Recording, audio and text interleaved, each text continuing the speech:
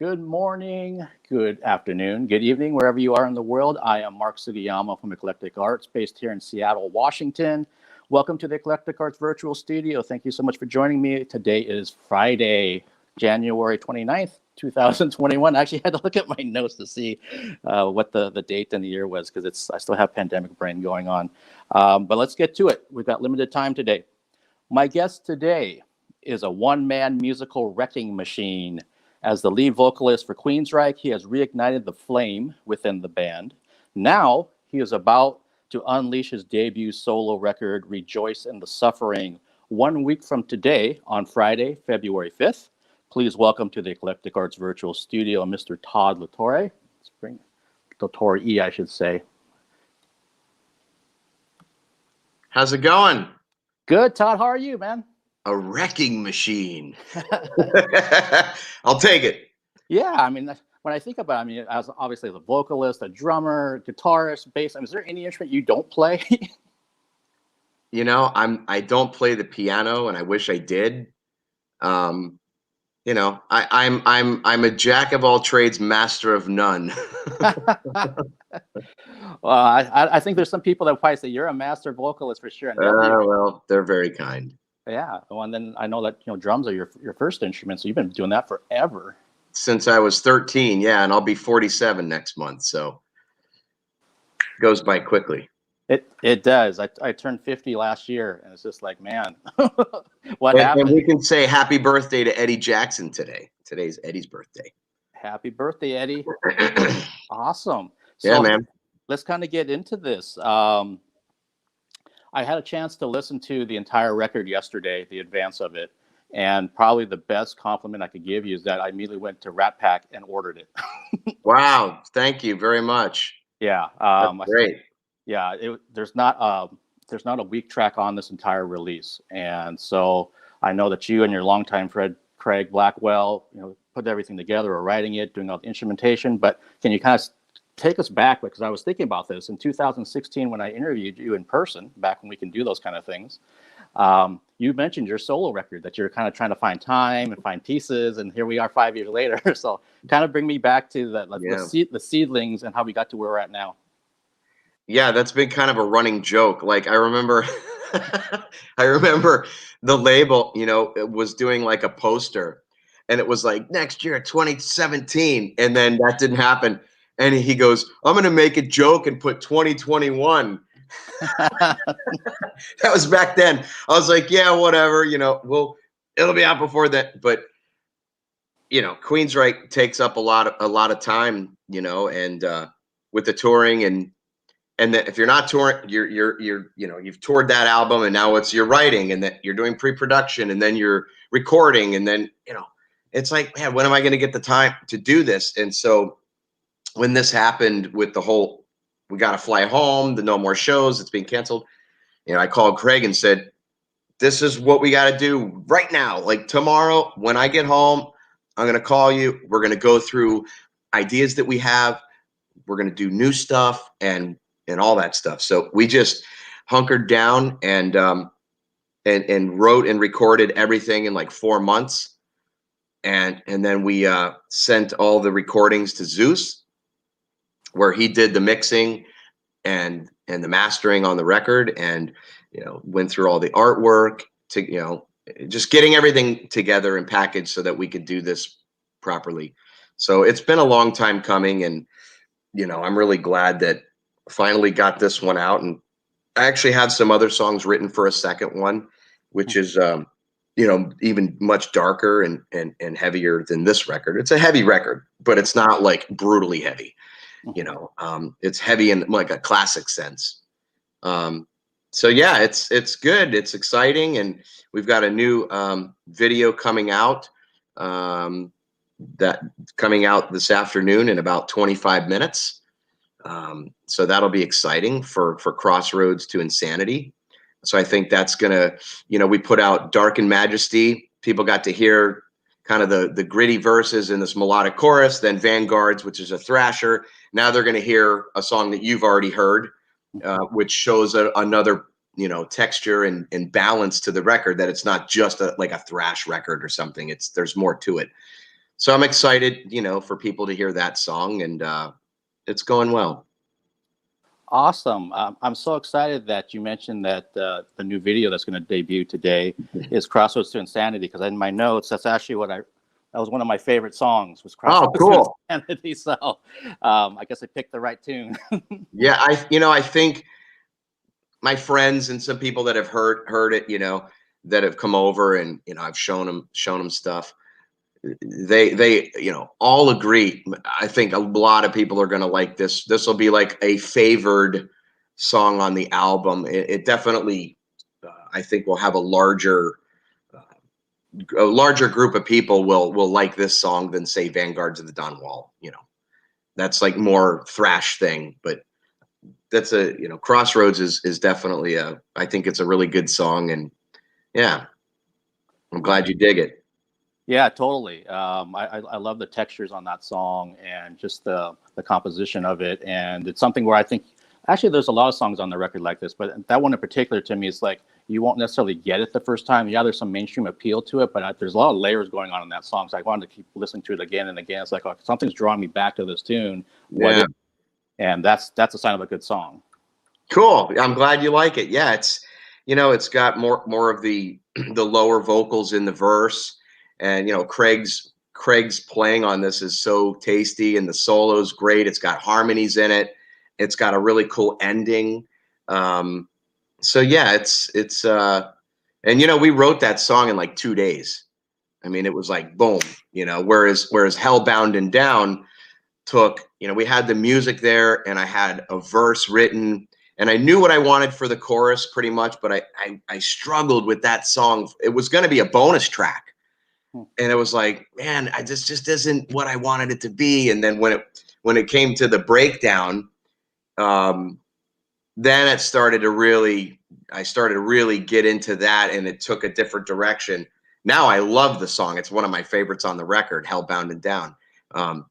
So some songs just are written kind of effortlessly. They just write themselves. It's such a perfect palette to write lyrics and melodies to that. And then other ones you struggle forever, and you can't force it. So Yeah, I've been there. I used to work a job where I was forced to be creative. it's tough. It's tough. Yeah, when they give you like you got a 2-hour deadline and you got to come up like, and you're not feeling it. You're not feeling it. You don't have the juices flowing right then. It's like, crap, now what do I do? I know. It's tough. And hi, Ed Craig. I know, Todd, you know Ed, who's the tour bus driver for John 5. Okay, yeah, right on. Yeah, Ed's saying hello in the chat right now. So awesome. Cool. So tell them I said hello. Yeah, and I was just thinking about that again because of the pandemic and everything, that the last time I saw you and Queensryche was almost a year ago, February, at the Neptune Theater here in Seattle. And it seems like it was 5 years ago. I know that, on the one hand, Mark, it seems like so long ago. And at the same time, you're like, I can't believe that year went by. As like I blink and it was 2 months, 3 months, 6 months.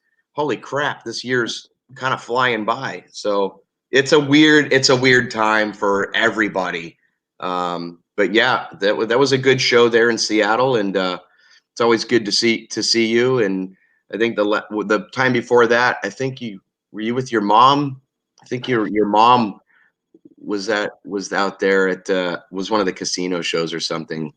Yeah, she's been at Clearwater. She's been at Snoqualmie. Gotcha. Yeah, and I'm willing to bet money she's watching this right now because she knows I was doing this with you. So, well, hi to your mom. She's gonna love that. Awesome.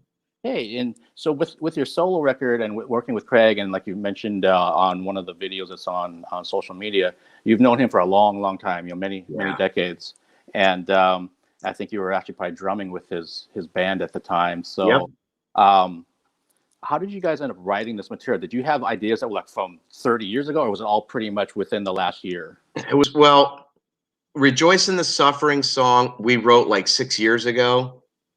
And then I think a little riff of Hellbound and Down was there, and like the intro to Apology. That was kind of it, I think. and then everything else was brand new. There was one thing in Vexed. So there's a part that goes it's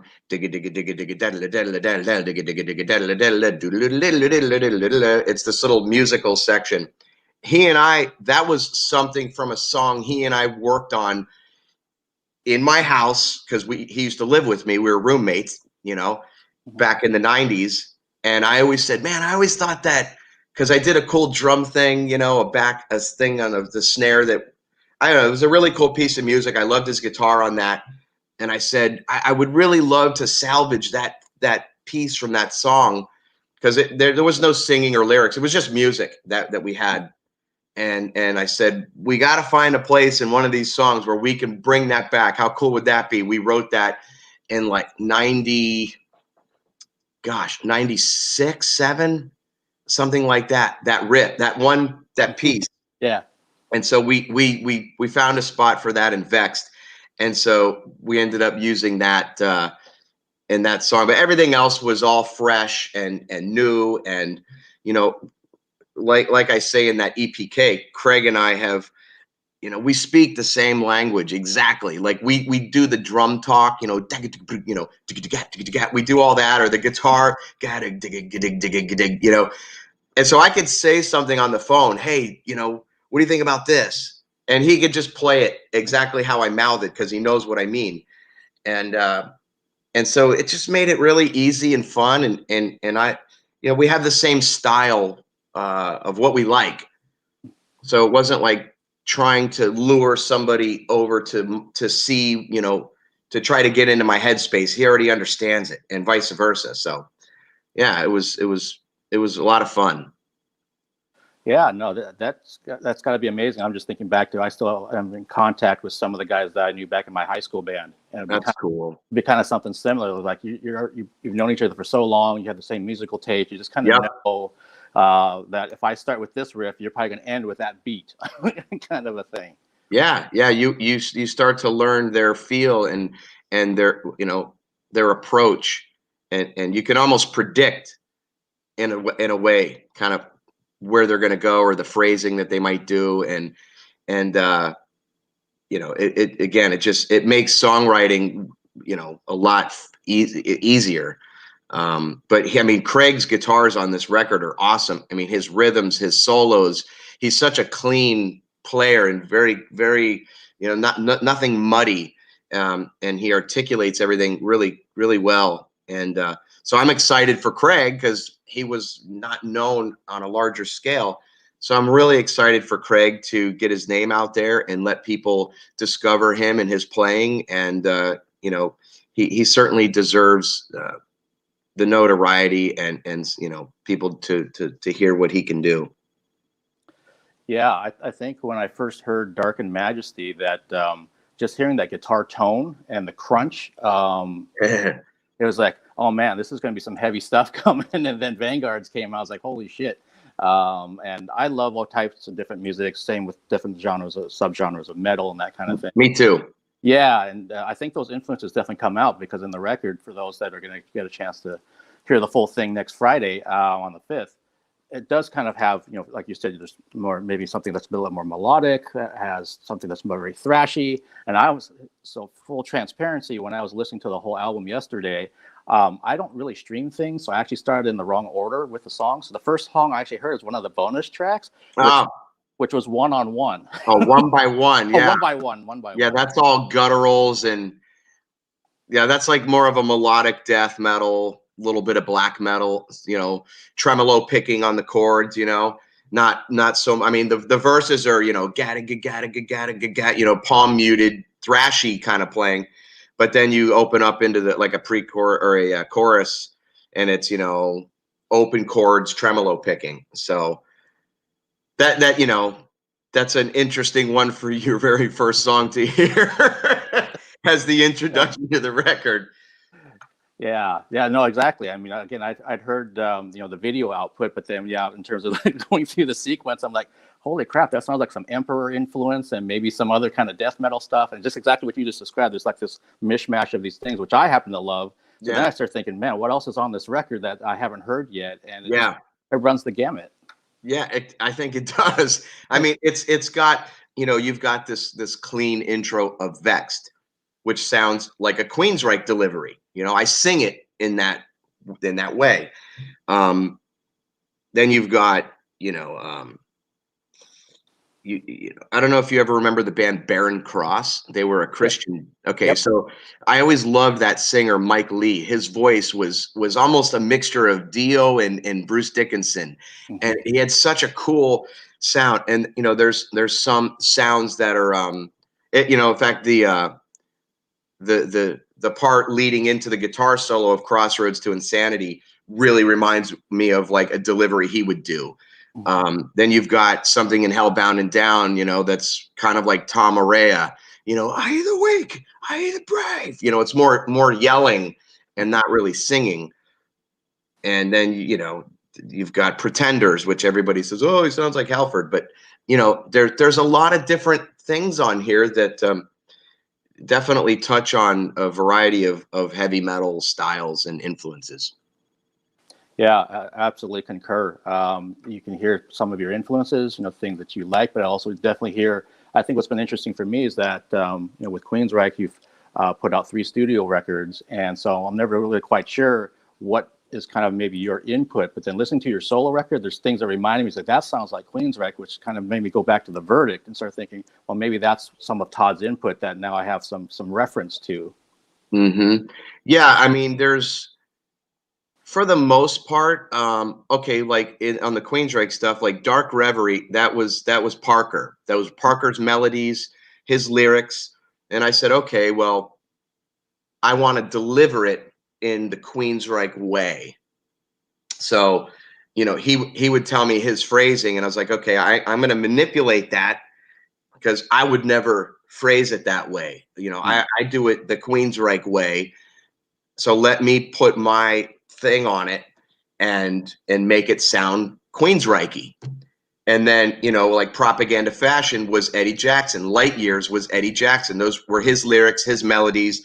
So I have to take some of their stuff but then when you listen to like Condition Human, that was mine. So, you know, the vocals. So when you hear that delivery and the phrasing of the words, it's very different from how Eddie writes and how Parker writes, for example.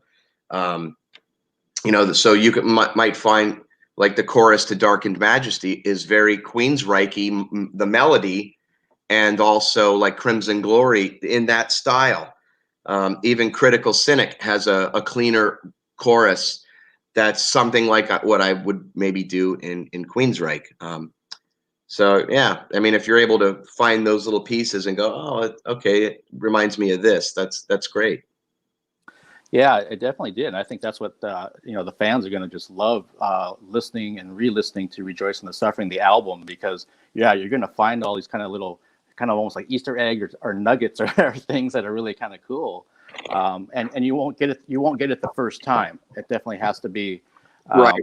several times through. Which is, I love living with music that way instead of having to you know, one and done it. And this record is not that at all. You can keep playing and keep discovering new aspects of it. You know, yeah. And if people hear like Vanguards of the Dawn Wall and they're like, oh, you know, I'm not going to buy this record. It's like, it would be like hearing, I've never heard Queensryche, and then you play Last Time in Paris, and you're like, oh, that's what Queensryche sounds like. You're like, no, that's one song. You've got Killing Words, Screaming in Digital, NM156, Silent Lucidity, Empire. There's such a vast array of songs and styles, and like you cannot pigeonhole this record on one song. You really can't. And I think today when people hear Crossroads to Insanity, they're gonna see that. Okay, there's more to this record than, you know, high gritty singing. You know, there's plenty of stuff on here that's not like that too. So Yeah, for sure. And I see a little question. Oh, Ed, Casey is not on the solo album. Todd, our guest right here, did the drum work on the solo record. So I can see I just clicked comments. Now I yep, can see people's comments. Okay. yeah, So um, no, yeah, it was just me and Craig. I did the drums and vocals. Craig did all the guitars and bass. And keyboards. And then we had a friend named Al Nunn, who's been into like I don't know what genre of metal, like doom metal, and and he's really good at a lot of the atmospheric keys and pads and voices that go in that style. So we called him and said, "Hey, you think you'd come up with something cool for this track?" So he did some pad stuff and keyboards on One by One, and then we had Jordan Ziff, who's a good buddy of mine, who plays in Rat now, and he's played with Marty Friedman forever. He's a ridiculously good guitar player. He's phenomenal. And I called him and said, "Hey, would you be willing to contribute to a solo on my record?" He said, "Hell yeah." So he does the second half of the solo in Rejoice in the Suffering. So the first solo section is Craig, and then Jordan comes in. And so, those are the, outside of Craig and I, those are the only two other people that did anything on the album. So to answer Ed Craig's question, Casey's not on the record, but he did come over and hear it, and he loves it. Awesome.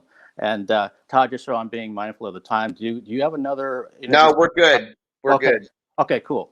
Because I want to talk to you more. So one thing that I'm thinking about, you've definitely done, speaking of guests on your record, you've also done collaborations with Michael Sweet, and I'm thinking, with Metal Church. And with your interest, and like you even mentioned that you have some heavier stuff that would potentially maybe for a second record, have you looked into possibly collaborating with, say, like Lord Armin from Dark Funeral or somebody like that? Because it seems like it would be a perfect kind of meld. He's a friend of mine, Michael Svanberg. Mm-hmm. And actually, I showed him a couple tracks that are not on this record, but they're the more black metal style, and he was like, huge thumbs up. He goes, "You need to do more of this. This is awesome." So when I said, "Yeah, it has the record going," we chat. I said, "Good." He goes, "What happened to like the black metal stuff we were showing me?" And I said, That's going to come later. So kind of where this record stops, the next one will pick up. But I do have a bass player that will play on the next record. That's a very well-known bassist in the black metal world, and also is in a well-known like death thrash band. And so, maybe I could get a collaboration with somebody from Dark Funeral, or maybe I don't know if they would want to contribute to it, or if they just want to stick with their thing. I don't know. I haven't asked him for anything like that, but it would be cool. I tried to find out if another very well-known black metal vocalist. I just don't want to name any names right now. Sure. But super legendary, black metal vocalist to do like something on the record, and I did get confirmation that person would be willing to do something on that. So the next record will be different, and I'll hit him with another curveball. But yeah, I've enjoyed doing the other collaborations. The Michael Sweet thing, which was awesome, and I just played drums for Jason Beeler from Saigon Kick. He has a new record coming out, and one of the first track he released, I played drums on that. It's called Apology also, and we joke about that. When he sent me the track, it said Apology, and I was like, oh shit, did I give him my song? And so he sent it to me. I go, dude, I have a song called Apology. Oh, this is just a working title. And I was like, okay, because like that's my song title.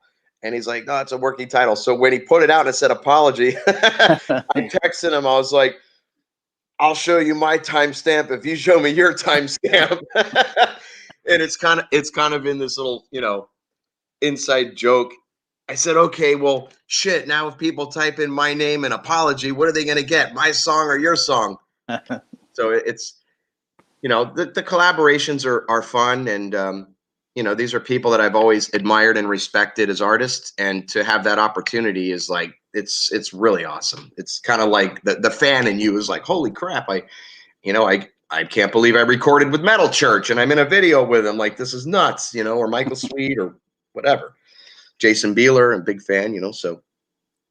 Yeah, no, that sounds really interesting in terms of what the second record is going to be, and when the guests hopefully get a chance to actually have time in their schedules to contribute to it. And I've been a black metal and death metal fan for many years, and so I and anyone that's seen Queensryche live, especially in the last few years, have noticed how you've really kind of just taken a hold of the lead vocal position. So that meaning, like for instance, like in Queen of the Reich live, you were doing that low guttural thing right after the scream, and so that's part of you. That's part of what you like, and that's what I really dig about that kind of thing. That we know it's there. Yeah, that that some people are like, oh, don't do that. That's not Queensryche, and I'm like, chill. It's a live concert. I'm not doing it on a recording. And when I go Queen of the Reich, I actually say Reich at the end, and I do this guttural. Mm-hmm. It's just fun. It's texture. It's attitude. It's like, I would never do that on a Queensryche album, or come on. But that is part of me, like putting my little, and the guys, they don't care. Even the beginning of Screaming in Digital, I'll do this, kind of a vocal fry sound, and it sounds cool in the song, like for the intro. And I mean, I do infuse a little bit of me in there, and I probably sing some things a little incorrectly, like, oh, that's how it went on the record, because I haven't heard the original song in like forever. It's like the song and you sing it, and then you get into this muscle memory where you do things. And like the other day, I was driving in the car, and Jet City Woman came on, and I'm driving, and I'm on satellite radio, and I'm singing along with the song, and then I was like, oh, I don't do that right. I I think I sing it this way, and I was trying to pay attention to how the original one went, so I could try to remember. Oh, I should revisit that again and try to hone in on a little more how it goes there, because over all the years, you sometimes end up tweaking something, and then it felt good and you enjoyed that little change, and then you kind of keep doing it again, and there's something about the live aspect that's like, oh, he did a little different, it's live, and who cares. Yeah, no, and again, for myself at least, being a fan, that I want to see any member. It could be you, it could be Parker. I want to see someone start kind of putting their stamp, so to speak, on things, especially in the live thing, because I mean, it's live. You can kind of maybe play around with things a little bit more, and I think that seems to be where you really start feeling like you're coming into your own within the band context. It just makes sense to me. Yeah, we're just as the years go by, and as you you learn the personalities and the writing styles of your bandmates, there things do evolve and take a little different form. So it's I think there's an improvement in different ways as you analyze and look and listen, and your headspace changes too as the years go by. So you might want to do something now that you wouldn't have wanted to do 5 years ago. So yeah. Okay, and kind of getting back to Rejoice in the Suffering, with you and Craig working on that, and you mentioned, I know that Zeus was mixing and mastering it. Do you feel like you have, like, some musicians feel like they have like their own home studios and they're ready to rock anytime they want to cut something, and other ones, they're not quite to that point in terms of technology and what they're doing. How was this for you? Were you and Craig demoing things? Were you just like ready to get in there and just produce it yourselves basically? Where were you on that timeline? Well, we were demoing. So I have a home studio. Craig has a home studio, and we were demoing everything. Once we knew we were locked in on stuff, Craig used Kemper, and so all the guitars, the rhythms were recorded with Kemper with a Mesa Boogie Mark IV, and then all the leads he did on his EVH, an outside amplifier, not in the Kemper.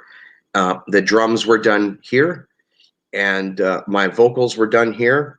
So I have the same vocal chain that Zeus uses when we record the Queensryche records. And so I know that the quality is top shelf for what I'm going to do.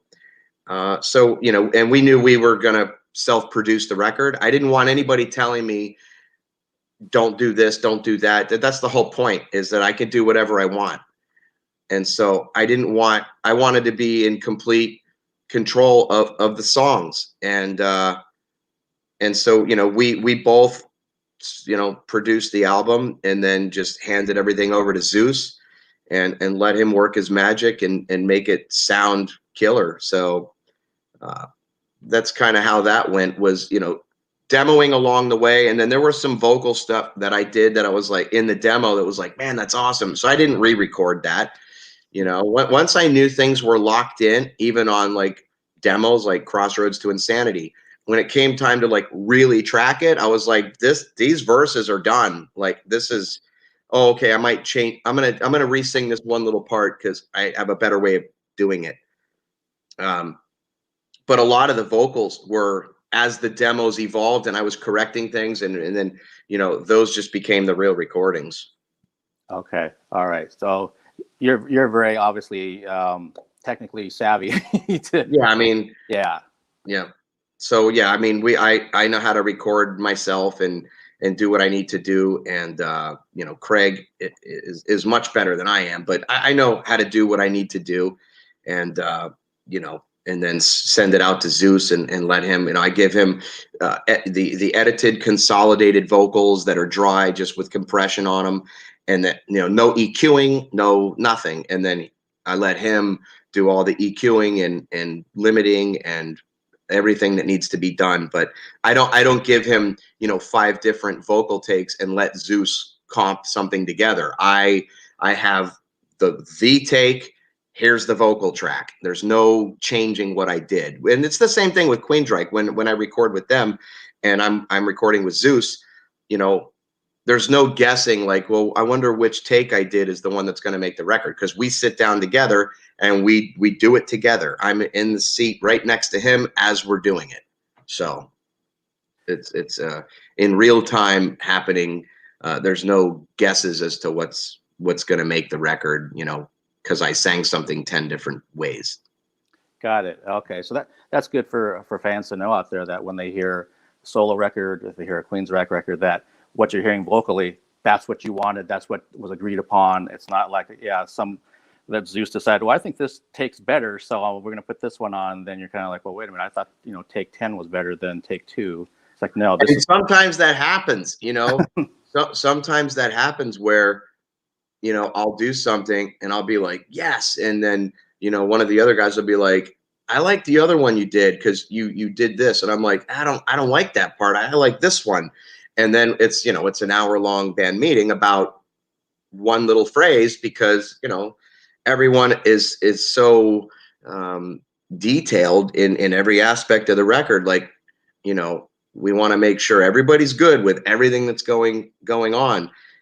And you know, sometimes, you know, Zeus will have to bang the gavel and say, this is the one that I like. If, you know, if we can't get a general an agreement all the way around on something, okay, Zeus, you're the producer. What do you think and why? And sometimes he has to make that final call, and, you know, you grant him that kind of authority to be the deciding factor when it's up in the air. Okay. And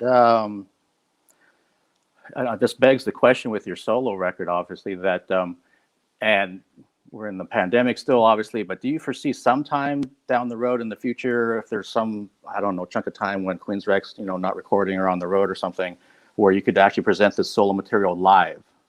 Yeah, I mean, you know, Queensryche's always going to be first, but if there's if there's some downtime where the band doesn't have anything booked and there's an opportunity to play a show, or, you know, a few shows or something like that, yeah, I would assemble a group of players, and, you know, it'd be fun to try and play this stuff live. And, you know, I mean, I have my work cut out for me vocally, because this record was, you know, there's a lot going on. It's not an easy record to sing.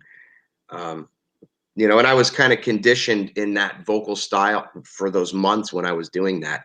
You know, if I had to go sing those songs again right now with that rasp, it would take me a few days to kind of get in that vocal space again.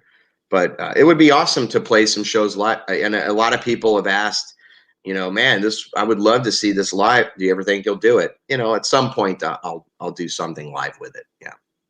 Okay, yeah, I think it'd be awesome to hear, yeah, some of these tunes in the live environment, in any live environment when we can get back to it. I mean, good Yeah. grief. Yeah. It's been killing everybody, not being able to see live events of any kind, music, theater, whatever, just all of it. Yeah, it's tough. But yeah, and I was also going to ask you about, let's see here, one other thing I want to get to. Oh, in the Vanguard's video, there's some clips of you rock climbing. So that's not me rock climbing. Okay. Those are my friends, so I have friends in the Pacific Northwest. My friend Elmo and another friend of mine, John Plum, and John and I grew up together since I was I don't know, 12 years old, and then he moved away, and I knew that, you know, he was a really big into the outdoors and whatnot, and so when I said, hey, I'm doing this video about these documentaries that I watch, and I'm inspired by this whole rock climbing thing. And he's like, man, you know, we go climbing, and me and Elmo go climbing. And I said, well, you know what? The next time you go, just take your phone. I don't need some crazy, you know, just take your phone and get shots of you guys like really climbing, and I'll throw it in the video. And because there was no film crews happening at that point, nobody was wanting to shoot videos, and, you know, so Craig and I did that whole video ourselves. Oh, wow. You know, and like, so when I'm singing in that cave, Craig's the one filming me.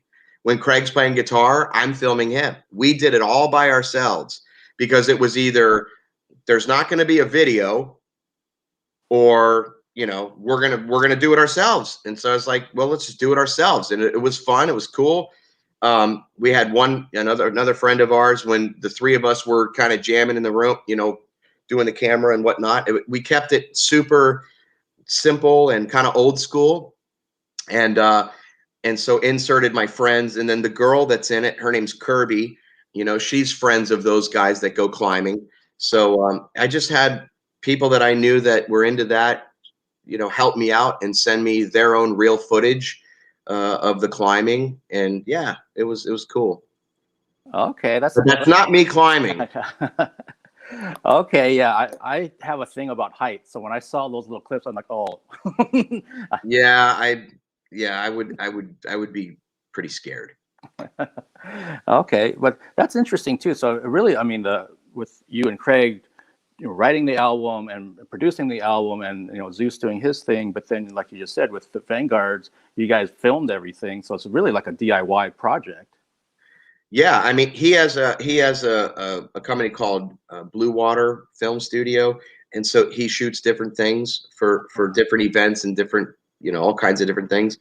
And he's like, dude, I got the cameras, I got this, I have that. I said, well, let's do that. We shot the EPK too, you know. And I said, you know, this way we can edit it the way we want it. If we don't like the way we look here, we can reshoot it, we can edit it, we can, you know, whatever. And I'm not going to go fly to LA and be around a bunch of other people on a set, and, you know, I don't want to do that. And so yeah, we just took the reins ourselves, and I think it came out really cool. And like I say, at that point in time, it was either we do this or it's not going to get done. Mm-hmm.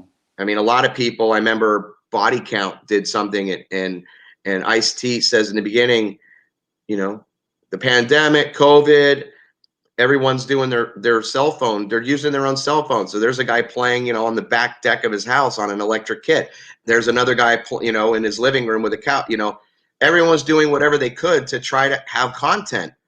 So I said, well, we're not going to do our own cell phone, but we've got Craig has some nice equipment. Let's just do it ourselves. It'll look fine. So that's what we did. Yeah, it looks more than fine. For me, when I first saw that, I had no idea that was a DIY video that you guys put together. I mean, it's nice that Craig has the company in the background, the camera, Yeah, but still. Yeah, sure.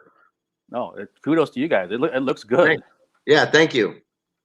And one other thing, since we're kind of talking about all these kind of different jacks of trades kind of thing, that refresh my memory. Did I see something that you had done some upholstery? Yeah, I that was my trade. I was an upholsterer. I had my own business for about 22 years, and when Queensryche became a full-time thing, I had to say, you know, people wanted stuff done, and I would have to be like, well, I'm going to be gone from this date to this date, and a lot of people were willing to wait for me to like come back, because they know the quality of work that I do, and maybe these are repeat customers that I had, and then it just got to the point where it's like, listen, I'm not going to be able to get this for a while, and so I had to eventually just kind of close that, but I still have all my equipment, and I people that I know that they still want something done, they'll call me like, hey, you still do that?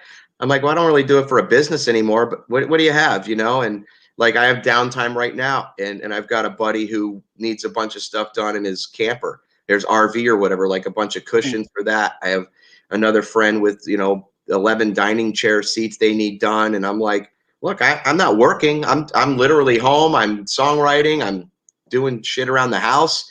I can help you out. And so, here and there I'll do it. And it's kind of fun because I just open up the doors and play my music and do a trade that I know very well.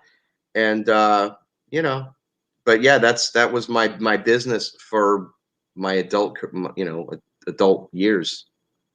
Oh wow, I had no idea. I love it when I learn something new about a guest. Yeah, I did. I used to do work for Evil Knievel.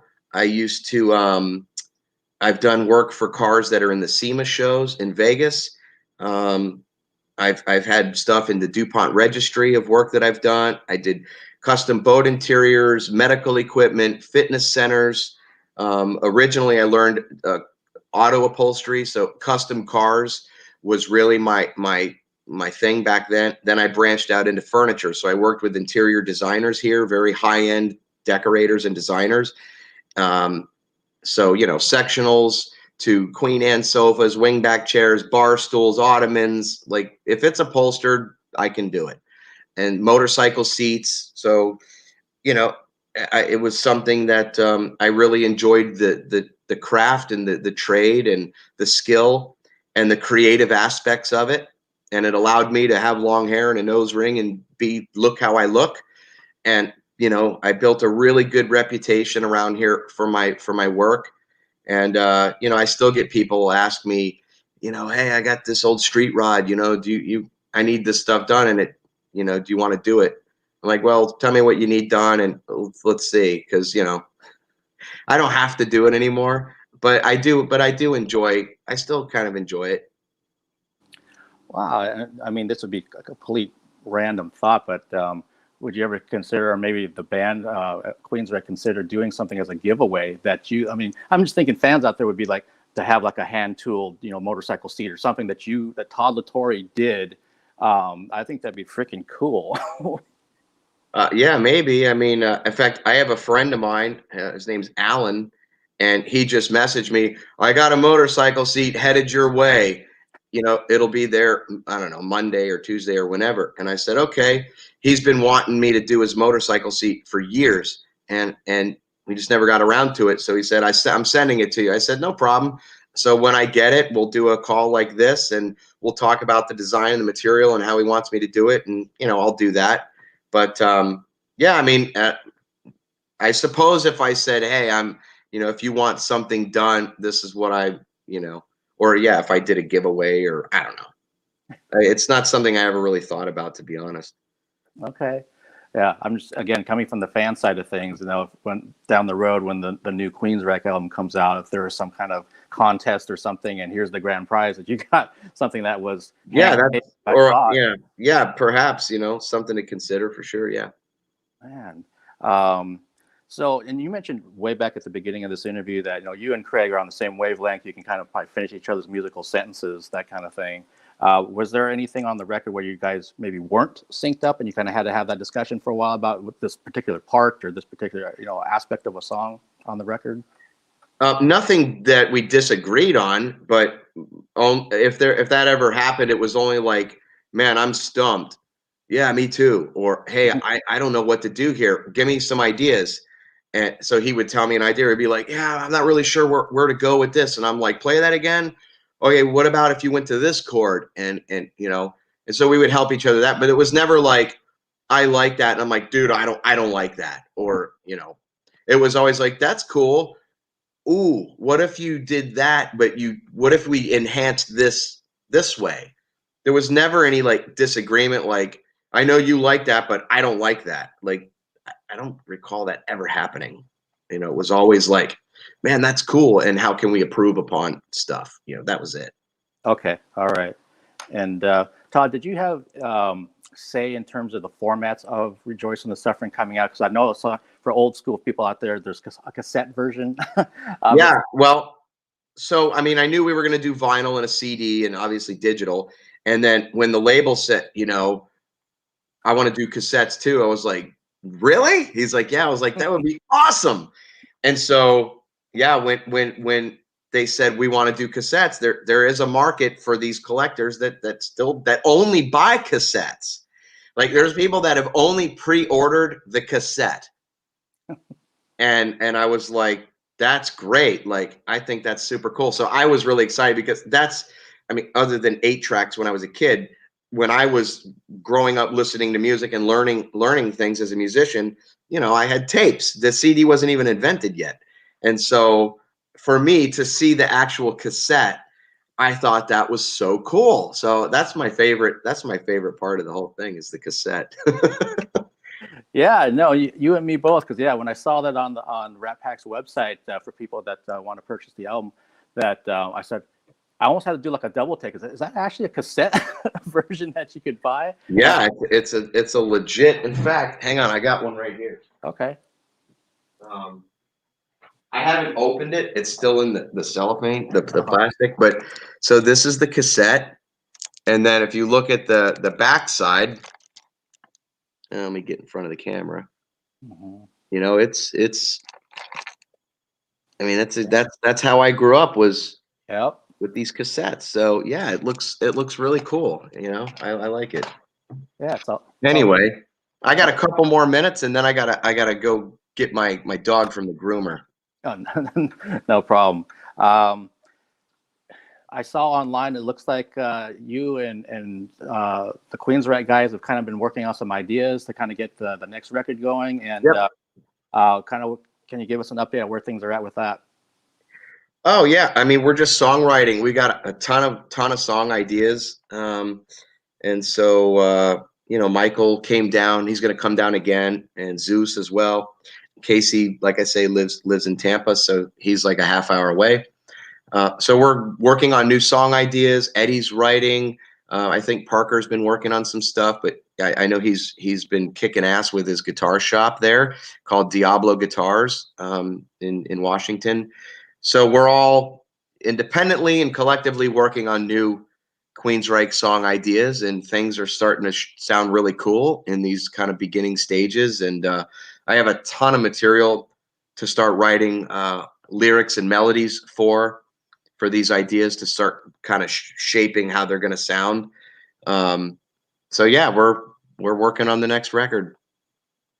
Man, it's going to be awesome. I know we actually didn't get a chance to chat about The Verdict when it came out in person and that kind of thing, but it seemed to me that record, just like I think the response around the world, was that you had the self-titled and Condition Human, and then when The Verdict came out, it's like everything came together on that record, and it was just fucking phenomenal. So thank you.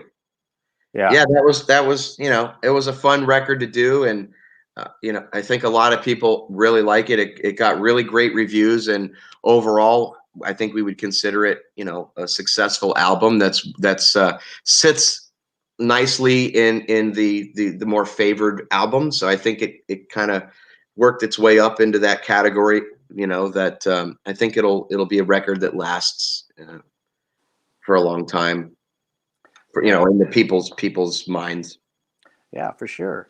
Well, Todd, I'll leave you with this. What kind of dog do you have that you're going to go pick up? He's a little rescue. In fact, he's in the video across. He's in the video that we put out. This is what he looks like. Oh, let's see. Oh, okay. That's him. So his name is Vader, and he was a rescue. I don't know. He's a little 12, 13-pound dog, and he's our pride and joy. You know, my wife and I. You know, he means the world to us, and he's such a good dog. And so yeah, I dropped him off this morning to get groomed, and I'm gonna go pick him up, and then probably wash the cars. I got to do some other business emails, and then get in the studio and start opening up some songs and working on those ideas. Awesome. Well, Todd, my friend, it was so good to talk and catch You up with too, you. bud. Good to see your face. It's been a long time, and hope to see you in the not too distant future if things can open up and safely. And again, send my best to your mom, and you be safe there in Washington. And I appreciate your kind words and your time and your interest, and I hope that you dig the record and that your audience will give it a listen. Yeah, thank you so much. And again, I hope that you and your wife and Vader stay safe down there in Florida. And Appreciate that. Yeah, I can't wait to see you guys in person. Yeah, hopefully sooner than later. So take good care, and everybody rejoice in the suffering. Next Friday, February 5th, pick it up, pre-order it now. Watch the video that Todd's going to be debuting later today. It's already out. It's already out. So it's already out. So I want you to leave this interview. Go watch it. Yeah, man. All right. Take care, man. Bud. Have a good day. You too. Bye-bye. Right. Bye.